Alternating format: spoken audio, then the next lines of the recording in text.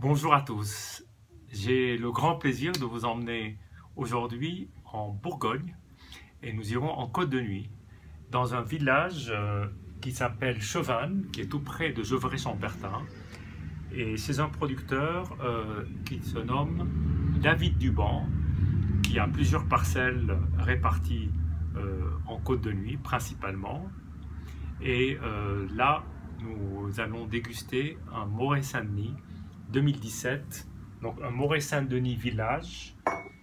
Il faut voir que Morée Saint-Denis, c'est un des grands villages de Côte de Nuit, mais le moins connu des grands. Moins connu que Vaulnes-Romanée, moins connu que Gevrey-Chambertin, moins connu que Chambol-Musigny, moins connu que Nuits-Saint-Georges, et pourtant son emplacement est assez extraordinaire. J'ai oublié Vougeot aussi. Et Morée Saint-Denis a cette particularité d'être collé aux autres villages, mais à sa personnalité propre. Il a ses premiers crus, certains sont superbes, mais il a aussi un des plus grands crus de Bourgogne, dont on parle un peu moins, qui est le Clos Saint-Denis, et il partage aussi avec Chambol-Musigny, on va dire une moitié de notre grand cru qui s'appelle Clos de la Roche. Alors quand on connaît et qu'on aime la Bourgogne, il y a trois grands producteurs mythiques. Il y en a un qui est décédé, c'est Henri Jaillet. Et puis il y en a deux autres. L'un est à la retraite et l'autre est actif ou active.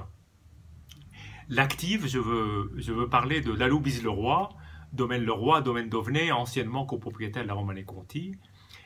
Et non actif, mais toujours vivant, c'est Jackie Truchot qui est devenu, ces dernières années, une légende vivante. Et Jackie Truchot, quand il a pris sa retraite, il a voulu trouver un repreneur. Et ce repreneur, ça a été David Duban, qui, avec un associé, a racheté certaines vignes. Il avait déjà des vignes qu'il avait, parce qu'il a démarré en 91, donc ça fait quand même un moment. Mais il a racheté quelques vignes, dont ces vignes-là qui appartenaient à Jackie Truchot.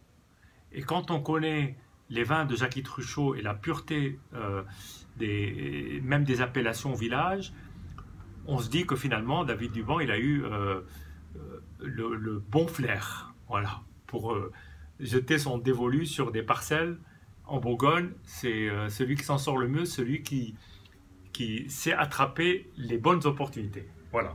Donc 2017, probablement très très jeune à boire aujourd'hui, même si c'est qu'un village. Je pense que c'est un vin qui peut tenir 10, 15, voire 20 ans. Mais bon, on ne va pas bouder son plaisir, on va quand même le goûter. Voilà.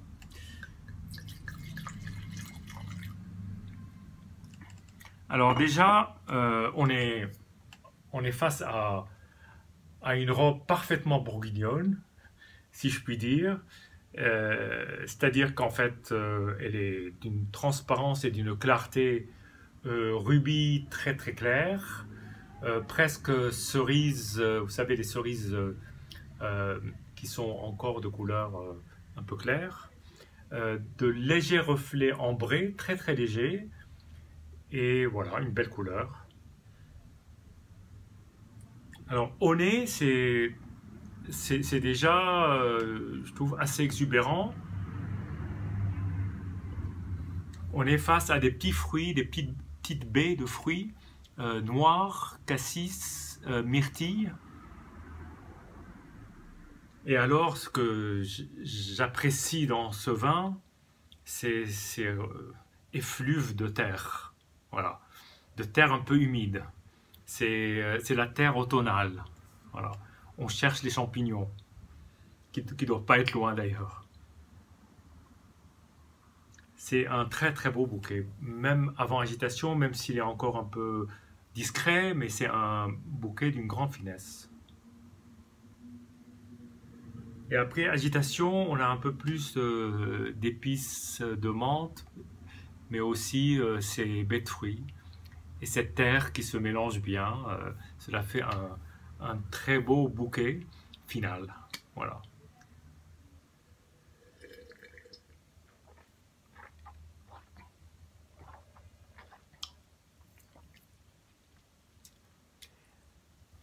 Alors ça, c'est un vin qui est fait pour ceux qui aiment ce que moi j'appelle le jus de la terre. C'est-à-dire que on a le sentiment d'être en contact direct avec, avec le résultat, c'est-à-dire qu'il n'y a pratiquement pas de technologie, si je puis dire. Tout est fait le plus naturellement du monde. David Duban est depuis 2006, je crois, maintenant agriculture biologique certifiée, mais aussi il y a un respect du fruit, du raisin, dans toutes les étapes clés de la vinification. Pendant un moment, d'ailleurs son père faisait la même chose, il les grappait et maintenant il trouve un mélange subtil entre pas tout à fait grappé, mais pas tout à fait en vendange entière. Donc on a un vin qui est frais, qui est juteux, qui respire la terre et qui est absolument savoureux.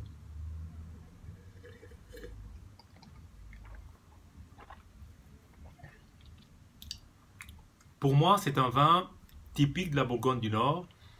Il y a cette acidité qui va lui permettre de se mesurer sur le temps et qui va toujours procurer ce plaisir avec ces effluves de fruits. Voilà. À bientôt.